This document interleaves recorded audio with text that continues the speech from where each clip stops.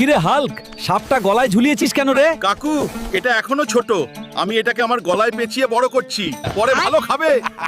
হে সুমাইয়া, এখানে একা একা কি করতাছো? তাতে তোর কি লাভ? পেট মোটা হাল পরে কথা কইস।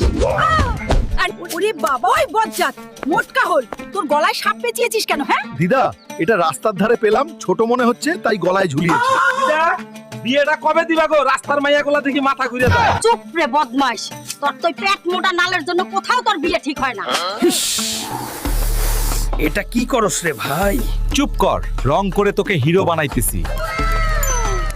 হাল্ক রে, সুমাইয়া, ওগো বাড়িতে বিশাল অ্যানাকোন্ডা সাপ আইছে। চলো কাকু, আজকে সাপ ধরমু, কালকে বিয়া করমু।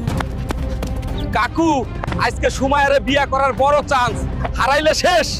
কেউ আমাদের বাঁচাও, কেউ কিছু করো। কিছু করো।